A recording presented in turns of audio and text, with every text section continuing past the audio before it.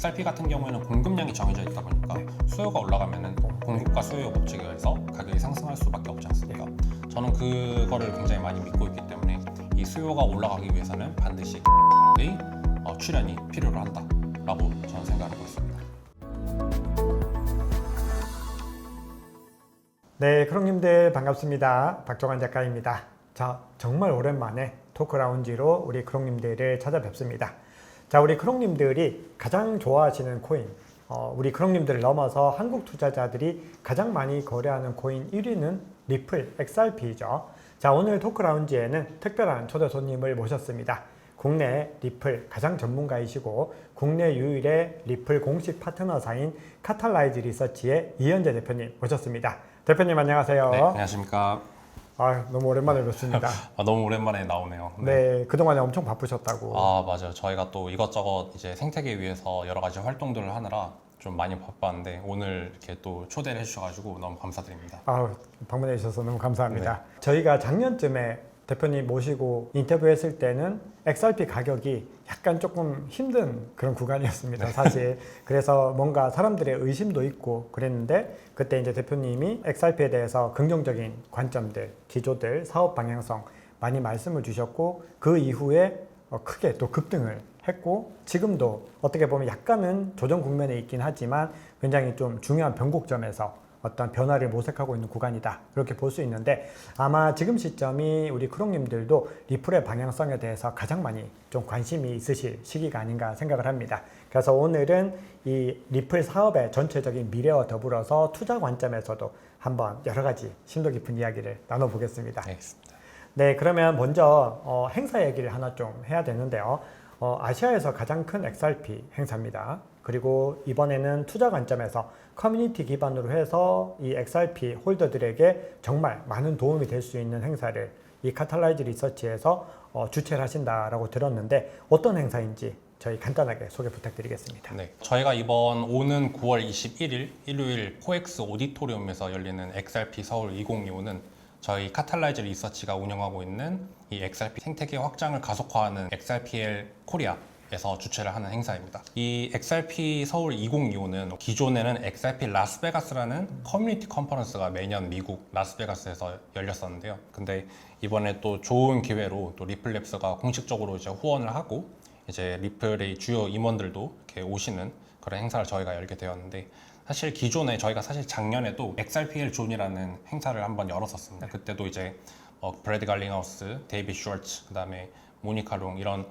C레벨 분들이 모두 오셔가지고 성수동에서 이제 행사를 진행했었는데 그때는 아무래도 기술 중심의 행사였어요. 그래서 XRP 레저 생태계의 확산, 그다음에 어떤 개발자들이 어떤 서비스를 만들고 있는지 이런 것들이 좀 주된 논의였다 보니까 XRP 투자자들이 사실 그 행사에 와가지고 얻어갈 수 있는 거는 그렇게 많지는 않았던 것 같아요. 그런 반면에 이 XRP 라스베가스는 이제 그런 기술 중심의 행사가 아니라 커뮤니티 컨퍼런스고요. 저희 XRP 서울 2025도 XRP 투자자, 그 다음에 커뮤니티 일원들을 위한 그런 커뮤니티 컨퍼런스라고 보시면 될 것 같습니다. 그래서 저희가 주제도 최대한 기술적인 부분들은 좀 제외를 하고 XRP 투자자분들이 직접 이 리플랩스 임원으로부터 듣는 XRP 생태계의 미래 이런 것들을 좀 들을 수 있는 특히나 또 XRP가 또 워낙에 기관 채택률이 되게 높잖아요. 그러다 보니까 우리나라에서 미래에셋이라든지 아니면 우리은행 이런 우리나라 금융기관에서도 이제 우리 행사에 연사로 참석을 하시고요.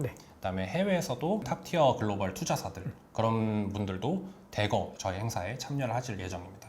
그러다 보니까 이런 금융기관, 그 다음에 투자사들이 이 XRP를 어떻게 생각하는지 이 XRP의 미래는 과연 어떻게 될 것인지 이런 것들을 좀 집중적으로 논의를 할 예정이다 보니까 훨씬 더 XRP 투자자분들이 더 많이 들을 수 있고 재미있게 들을 수 있는 그런 주제들이 좀 더 많을 것으로 예상이 됩니다. 저희가 시작하기 전에 행사 얘기를 좀 나눴었는데 굉장히 투자자분들에게 도움이 될 내용들이 너무 많이 있고 그리고 어떻게 보면은 지금의 어떤 트렌드 변화상에 가장 정점에 있으면서 그리고 가장 중요한 변곡점에 있는 얘기들도 굉장히 많이 수록이 되어 있기 때문에 우리 관심 있으신 크롱님들 함께 해주시면요 정말 많은 도움 받을 수 있는 것은 물론이고 그리고 이 관계자들 그리고 커뮤니티 홀더분들과 뭔가 네트워킹 할 수 있는 자리들도 마련되어 있기 때문에 관심 있으시면 꼭 한번 참석해 보시면 좋을 것 같습니다.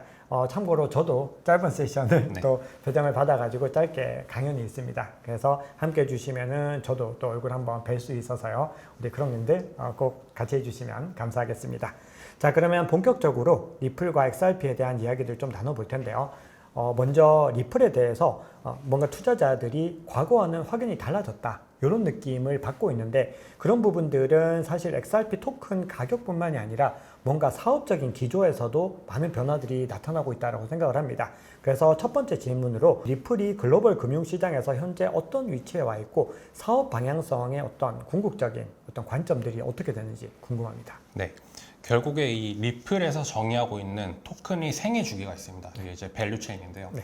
토큰이 처음부터 이제 발행되고 나서 그게 이제 어떻게 쓰이는지까지 이제 정의를 해둔 게 있는데, 처음에 이제 토크나이즈, 토큰을 발행을 하고, 매니지, 그 토큰을 이제 매니징을 하고, 그다음에 무브, 끝으로 이제 페이먼트와 같은 어떤 결제 시스템까지 사람들에게 닿을 수 있는 그 처음부터 끝까지의 밸류 체인이 있는데, 이 세 가지 밸류 체인을 리플랩스는 모두 다 건들고 있다고 보시면 될 것 같습니다. 왜냐면은 이 리플랩스에서 이제 어쨌든 주 개발자로 참여하고 있는 XRP 레저라는 메인넷이 있기 때문에 XRPL 메인넷에서는 누구나 다 토큰을 발행할 수가 있어요. 네. 굉장히 손쉽게. 그 다음에 이제 매니지 부분 같은 경우에도 다양한 요소들이 있는데, 그 중에 가장 큰 요소가 이 커스터디입니다. 이 토큰을 발행을 했으면은 결국에는 이 발행량 관리라든지 아니면은 여러 관리 요소들이 있는데, 결국에는 이 관리 요소들을 커스터디사들이 이제 관리를 하게 되거든요. 그러다 보니까 리플랩스에서 작년부터 해서 메타코라든지 스탠다드 커스터디라든지 이런 것들을 대거 인수를 하게 되면서 이 매니지 부분에서도 굉장히 큰 역할을 하고 있다고 보시면 될 것 같습니다. 네. 최근에는 또 이제 올해에 레일이라는 그런 맞습니다. 페이먼트사를 이제 인수를 하게 되면서 네. 결국에는 이 밸류 체인의 가장 끝단에 있는 무브라는 그 밸류 체인까지 이제 모두 리플랩스가 건들 수 있는 그런 환경이 이제 구축이 되어 있고, 결국에 이게 시사하는 바는 리플랩스는 결국에는 단순히 XRP를 어디 뭐 페이먼트에 쓰거나 뭐 국제 송금에 쓴다라는 어떤 단순한 비전을 넘어가지고 전반적인 토큰 생애 주기에 다 참여를 하면서 이 XRP 가치를 좀 더 올릴 수 있는 그런 계기를 마련을 하고 있다고 보시면 될 것 같습니다. 어떻게 보면은 앞서 말씀 주신 밸류체인 말씀 주셨던 것처럼 여러 가지 가치들을 같이 모색할 수 있는 방향들, 그러니까 우리가 과거에는 그냥 국제 송금 이렇게 단순하게 생각했던 그 패턴들이 지금은 그 기조들도 유지가 되고 있지만 사실 거기에 국한될 수 없다라는 말씀으로 해석해도 될까요? 맞습니다. 결국에는 이제 리플랩스가 스위프트를 대체를 하겠다라는 그런 기조가 이제 과거에 있었지만은 지금도 동일하게 스위프트를 대체하겠다는 비전은 그대로 갖고 있되, 그 영역을 점점 더 넓혀 나가는 것이죠. 페이먼트, RWA, 그다음에 더 나아가서 이제 디파이 같은 그런 탈중앙화 금융 서비스까지 다 건들게 되면서 XRP가 쓰일 수 있는 곳을 더 저변을 확대하고 있다, 이렇게 보시면 좋을 것 같습니다. 너무 좋습니다. 저 그러면 우리가 이제 여러 가지 사업 확장 국면 중에서 지난번에 출연해 주셨을 때 굉장히 좀 중요한 사업 방향성 중에서 앞서 XRP 레저 말씀을 주셨고, 여기에서 이제 결국은 RLUSD의 사용성, 즉 스테이블 코인의 어떤 활용성이나 이 확장성이 굉장히 중요할 텐데, 현재 저희가 디파이 라마 같은 사이트들 살펴보면은 전체 스테이블 코인 시가총액에서는 이제 탑 10에 일단 이름을 올리고 있는데, 그럼에도 아직 뭐 테더라든지 USDT나 USDC, 뭐 USD 대비로는 아직까지는 시가총액 차이는 조금 있는 편이고 계속해서 가파르게 상승 추세를 가져가고 있는데, 현재 이 RLUSD의 성장세와 전체 스테이블 코인 중에서 이 RLUSD의 입지는 어떻다고 보시나요? 네, 사실 이 RLUSD가 발행된 지는 이제 올해 초 정도로 지금 보시면 되고, 올해 초 대비 이제 시가총액이 한 10배 정도 상승을 한 상태입니다. 시가총액으로는 한 7억 달러, 한화로는 한 1조 정도 된다고 보시면 될 것 같고요. 이 성장세가 다른 스테이블 코인에 비해서 매우 가파르다고 보시면 좋을 것 같습니다. 더군다나 이제 RLUSD 같은 경우에는 다른 스테이블 코인과 다르게 철저하게 이제 규제 준수, 투명한 보유 준비금 이런 것들이 다 공개가 되어 있기 때문에 기관들이 신뢰하면서 쓸 수 있는 그런 스테이블 코인으로 포지셔닝을 하고 있거든요. 그러다 보니까 실제로 지금 메이저 거래소들에서도 굉장히 많이 상장을 하고 있고, 최근에 이제 또 제민이라는 거래소에도 RLUSD가 상장을 했고, 시가총액이랑 거래량도 굉장히 많이 늘어나고 있고, 주요 이제 금융기관, 핀테크사 이런 것들이랑도 파트너십을 맺으면서 그 저변을 확대를 하고 있습니다. 제가 이 부분들은 사실 저도 매번마다 알트코인 심층 분석을 하면서 RLUSD 추이를 좀 말씀을 드리고 있는데, 실제로 연초 대비로 거의 어떻게 보면 성장세는 뭐 10배 이상 그렇게 실질적으로 나오고 있는 상황인데, 그러면은 투자자들 입장에서는 이제 하나의 좀 궁금증이 생길 수 있는데, 그 부분들에 대해서는 데이빗 슈워츠 같은 CTO도 뭔가 조금 더 고민이 필요하다, 이런 어떤 강조를 한 바가 있는데, RLUSD가 확장되는 부분들이 이 XRP 레저 생태계 확장으로 분명히 연결되는 부분들이 있는데,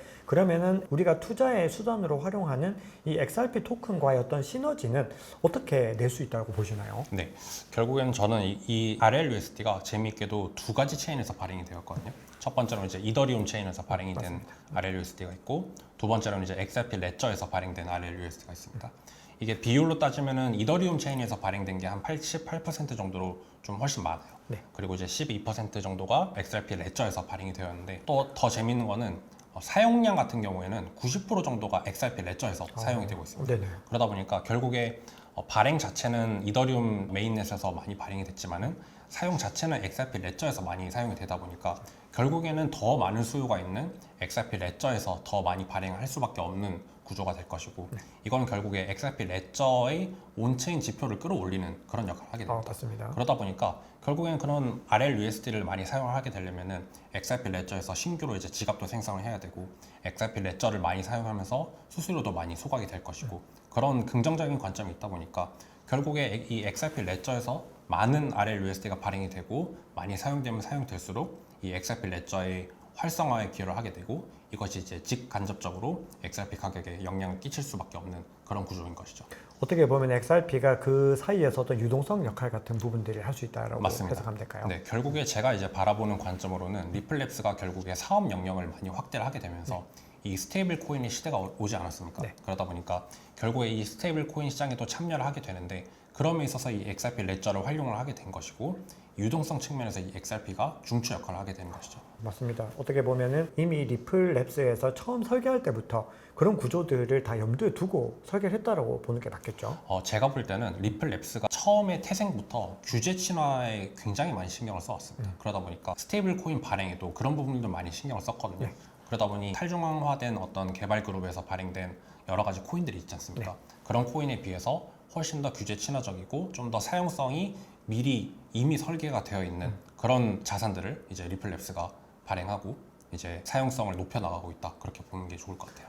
어떻게 보면은 그런 측면에서는 지금 현재 전체적인 미국의 기조나 이런 부분들과 접목했을 때는 가장 또 안정적이면서도 그리고 가장 신뢰할 수 있을 만한 코인으로 뭔가 성장하고 있다, 이렇게 해석해도 괜찮은 거겠네요.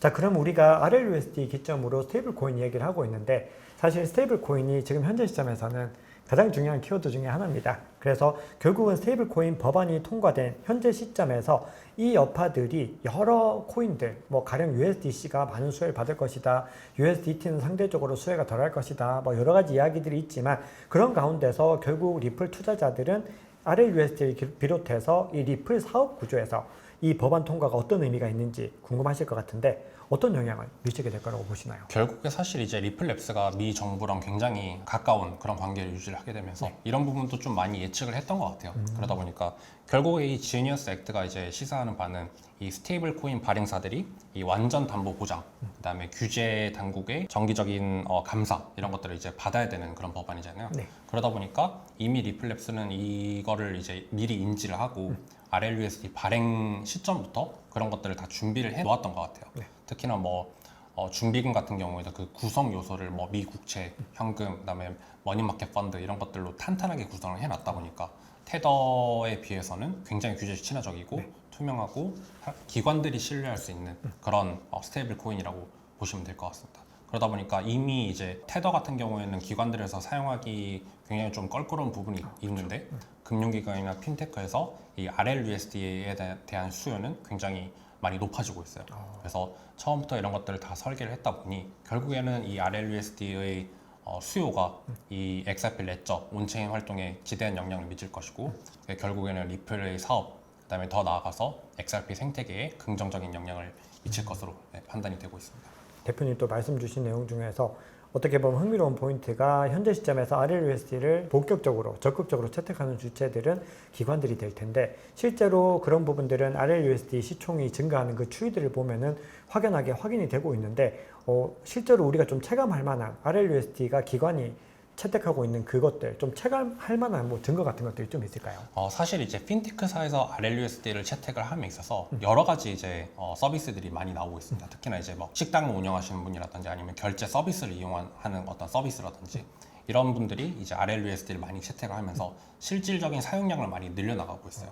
그래서 이런 것들은 다 온체인 지표에 이제 나오다 보니까 이 온체인 지표가 좋은 거는 누구나 다 그 정보를 투명하게 획득을 할 수가 있거든요. 그러다 보니 이 RLUSD의 사용성이 굉장히 높아지고 있구나, 이런 것들을 일반 투자자분들도 알 수 있는 게 굉장히 저는 강점이라고 생각을 하고 있습니다. 자, 그러면은 이번에는 기술적인 부분들도 한두 가지 정도만 좀 짚어볼 텐데, 사실은 우리가 기술에 대해서 이야기를 하면은 또 많은 분들이 좀 어렵다, 기술에 대한 부분들이 투자에 쿡 중요한 것인가, 뭐 이렇게 의구심을 표하는 분들도 계실 텐데요. 그럼에도 우리가 XRP 레저라고 하는 이 메인넷 기반으로 사업을 확장해 나가고 있기 때문에 우리가 이 국면에서 현재 이 XRP 레저가 다른 메인넷 대비로 어느 정도로 발전하고 있는지 이런 것들을 좀 살펴봐야 되는데, 일단은 XRP 레저가 다른 블록체인과 비교했을 때 기술적으로 뭔가 차별화된 점, 어떤 것들이 있다고 보시나요? 이게 사실 굉장히 뚜렷한 차이점이 있거든요. 하나로 이제 요약을 하면은 스마트 컨트랙트의 유무라고 볼 수 있습니다. 이더리움과 같은 메인넷 같은 경우에는 스마트 컨트랙트가 있다 보니까 개발자들이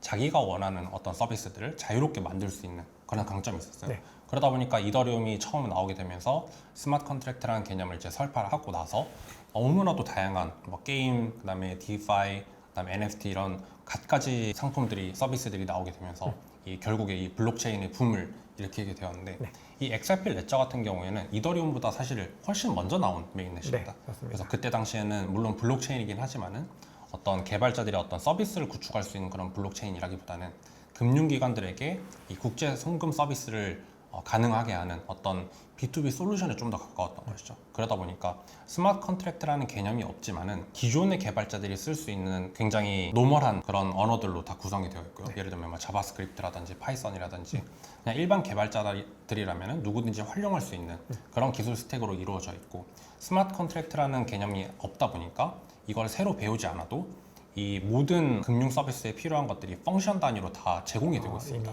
이미 제공이 되고 있다 보니까 그런 필요한 부분들을 다 그냥 펑션으로 갖고 오기만 하면 되기 때문에 그냥 일반 개발자들도 이런 기능이 필요하다 하면은 따로 스마트 컨트랙트로 코드를 개발할 필요 없이 이 기능들을 다 갖다 쓸 수 있었던 것이죠. 그러다 보니까 기관에서 당연히 추가적인 어떤 교육 없이도 이 XRP 레저를 채택을 할 수 있었던 그런 배경이 있었고, 최근에는 사실 스마트 컨트랙트가 취약점이 되게 많다 보니까 좀 엉성하게 짜놓은 스마트 컨트랙트 같은 경우에는 이제 해커들로부터 이제 공격받을 수 있는 그런 허점들이 굉장히 많거든요. 그러다 보니까 다양한 디파이 서비스들에서 이제 그런 해킹 이슈가 굉장히 많았는데, 이 XRP 레저 같은 경우에는 스마트 컨트랙트 자체가 없다 보니까 취약점이 없어요. 그러다 보니 이런 해킹 공격으로부터 굉장히 안전한 그런 장점이 있는 것이죠. 그럼 어떻게 따지면 그런 기능들이 이미 펑셔널 되어 있고, 그리고 실질적으로 개발자들이 많이 활용하는 그 개발 도구들을 그대로 활용하다 보니까 실질적으로 이더리움이나 솔라나 같은 메인넷 대비로 개발자 진입이 더 용이하다고 보고 계신 거네요. 네, 이거 같은 경우는 조금 이제 다양한 관점을 해석이 될 수 있긴 한데 저는 이렇게 생각을 하고 있습니다. 스마트 컨트랙트가 있다는 것은 사실 개발자들이 자기가 원하는 수준의 레벨로 다양한 서비스를 만들 수 있다는 그런 관점이 있지만은 XRP 레저 같은 경우에는 기능이 있다고 하더라도 그 기능들이 어쨌든 이제 제한이 되어 있기 때문에 자기가 원하는 자유로운 어떤 서비스를 만들기는 좀 힘들긴 합니다. 그럼에도 불구하고 좀 통용화되어 있는 서비스라든지 아니면은 C5라든지 D5라든지 좀 간단한 기능들로 이루어져 있는 그런 서비스들은 이제 내장되어 있는 기능들로 충분히 만들 수가 있는 것이죠. 그러다 보니까 다양성은 조금 부족하지만은 어떤 보안성, 안정성 이런 것들이 갖춰져 있다 보니까 이게 좀 호불호가 갈릴 수는 있을 것 같습니다. 근데 제가 생각했을 때는 개발자들 입장에서는 자기들이 원하는 서비스를 만드는 그런 니즈가 더 높기 때문에 사실 이더리움이나 그런 솔라나, 뭐 아발란치 이런 곳에서 좀 많이 서비스를 만드시는 것 같고, XRP 레저 같은 경우에는 이런 개발자 단에서 나오는 그런 서비스보다는 좀 더 기관으로부터의 채택 이런 것들이 상대적으로 좀 더 많다, 이렇게 볼 수 있겠죠. 그러네요. 어떻게 보면은 처음부터 타겟팅 자체가 완전 달랐고 목적성 자체가 워낙 뚜렷하게 시작한 거기 때문에 이거 어떻게 보면은 뭐 좋다 나쁘다 이런 관점보다는 확실히 이더리움 솔라나는 서로 비슷한 국면들이 많이 있는데 XRP 레저는 다르다, 이렇게 해석을 하는 게 맞겠습니다. 자, 그러면은 우리가 앞서 디파이 생태계 간략하게 말씀 주셨는데, 어떻게 보면은 우리가 이 XRP 레저에 필두로 한 메인넷이 또 확장하기 위해서는 디파이 서비스가 또 얼마나 많이 또 확장이 되고 있는지 그런 부분들도 중요할 것 같은데, 현재 이 XRP 레저에서 디파이 생태계는 어느 정도 추이를 보이고 있나요? 사실 이제 올해부터 굉장히 많은 서비스들이 나오기 시작했어요. 이전에는 디파이를 위한 기능들이 많지는 않았는데 실질적으로 이제 개발자 그룹들이 이 XRP 레저의 기능들을 업그레이드를 하게 되면서 디파이 서비스들도 서비스를 만들 수 있는 그런 환경들이 이제 막 조성이 되기 시작했습니다. 그래서 제가 볼 때는 마치 17년도에 이더리움을 보는 듯한 그런 기시감을 느끼게 하는데요. 그러다 보니까 굉장히 많은 디파이 서비스들이 실제로 이제 개발이 되고 출시도 한 상태고, 심지어는 어떤 서비스 같은 경우에는 대형 VC들, 글로벌 VC들로부터 투자를 받아가지고 본격적으로 완전히 다른 이더리움 생태계에 있는 그런 디파이 서비스만큼 정교한 서비스를 구축을 하고 있는 그런 형국입니다. 지금 2017년 이더리움 말씀 주셨을 때 약간 소름이 좀 약간 돋았는데, 어떻게 보면은 그런 거죠. 이제 XRP 이 리플이 지금까지 했던 사업과는 다른 국면으로 패러다임이 바뀌고 있는 국면이다 보니까 어떻게 보면은 메인넷 사업에서는 지금부터 더 본격적인 사업이 시작된다, 이렇게 봐야 되는 건가요? 네.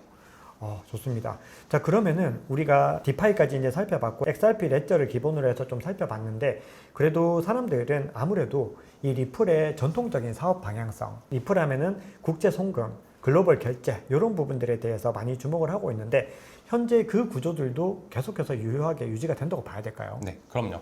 올해 봄이었나요? 브래드 갈링하우스가 이제 매체를 통해서 인터뷰를 했었는데, 그때 당시에도 이제 스위프트를 대체하겠다라는 비전은 그대로 확고하게 가지고 있는 걸로 확인을 했습니다. 그래서 특히나 이제 전체 글로벌 유동성의 14%를 5년 안에 이제 리플랩스가 확보를 하겠다, 이 정도로 이제 확고한 의지를 가지고 있는 걸 확인했는데, 특히나 또 많은 분들이 아시지만 이번에 이제 ISO 2002 업그레이드를 앞두고 있으면서 이 스위프트도 결국에는 블록체인을 통해서 업그레이드를 하게 될 것이고, 여기에 있어서 XRP 혹은 RLUSD가 굉장히 큰 역할을 할 것이다, 많은 분들이 기대를 하고 있는데, 저는 결국에는 이 스위프트라는 기술 자체가 규약이잖아요. 규약 자체가 50년 전에 만들어진 규약이다 보니까 결국에는 금융 혁신을 위해서는 업그레이드가 불가피하다고 보고 있고, 이 업그레이드는 결국에는 블록체인 기술로 할 수밖에 없는 그런 환경에 놓여 있기 때문에, 저는 그런 면에서 이 리플랩스가 가지고 있는 비전은 계속 그대로 나아가게 될 것이다, 그렇게 판단을 하고 있습니다.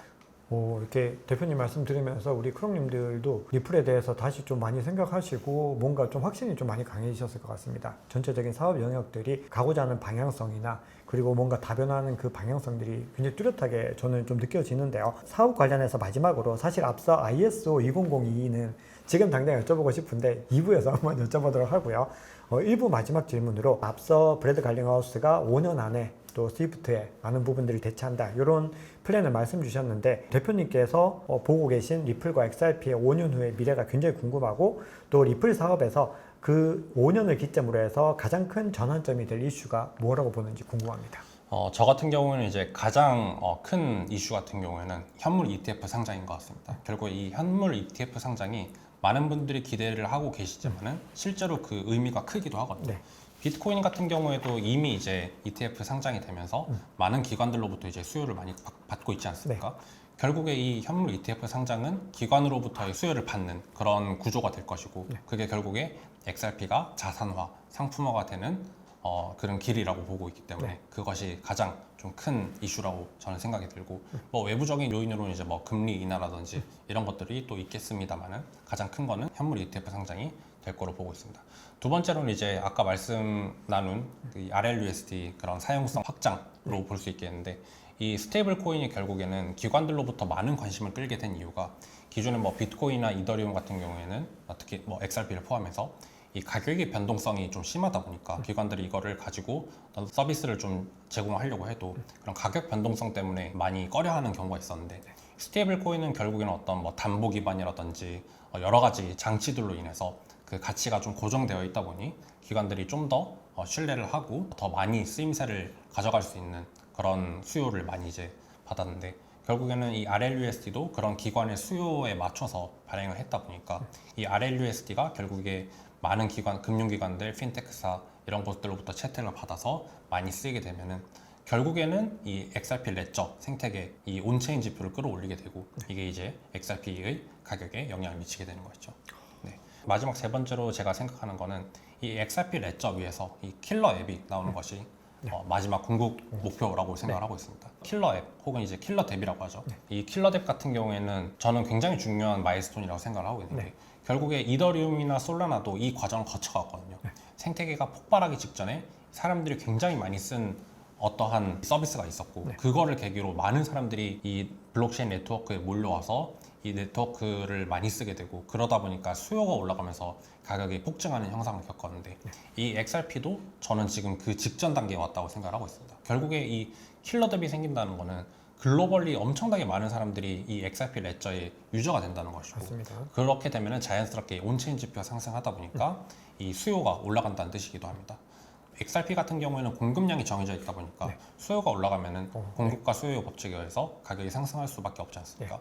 저는 그거를 굉장히 많이 믿고 있기 때문에 이 수요가 올라가기 위해서는 반드시 킬러 뎁의 출현이 필요로 한다라고 저는 생각을 하고 있습니다. 대표님 오늘 너무 좋은 말씀 너무 감사합니다. 저희 1부가 거의 꽉 찰 정도로 너무 좋은 말씀 많이 주셨는데요. 마지막 그 질문에 대해서 간단하게만 정리를 드리면 일단 ETF를 기반으로 해서 비트코인과 이더리움이 그랬듯이 정말 기관의 자본들이 많이 유입이 되는 부분들 말씀 주셨고 RLUSD를 기반으로 한 정말 생태계 확장들 마지막 세 번째 킬러 앱을 말씀을 주셨고 이 기점으로 해서 XRP의 본격적인 리플의 본격적인 사업 궤도가 더 돛을 달게 될 것이다 이렇게 말씀을 주시면서 마지막으로 공급이 한정되어 있는 만큼 그 파급력들이 다른 알트코인들보다도 더 월등하게 나타날 수 있다 이렇게 말씀을 주셨는데요. 정말로 이 부분들이 다 저는 개인적으로 굉장히 공감할 수밖에 없는 내용들이고 앞으로 우리 크롱님들께서 왜 이 XRP를 계속해서 주목해야 되는지 그런 이유가 되지 않을까 생각을 합니다. 자, 2부 예고 간단하게만 드리고 마무리를 할 텐데요. 2부에서는 앞서 말씀 주셨던 ISO 20022를 비롯해서 ETF에 대한 부분들과 그리고 뭐 소송에 대한 부분들 우리 크롱님들께서 1부보다도 더 관심 가질 만한 내용들이 많이 포함되어 있으니까요. 꼭 또 시청해 주시면 감사하겠습니다. 네, 그럼 2부에서 또 뵙겠습니다. 네, 감사합니다.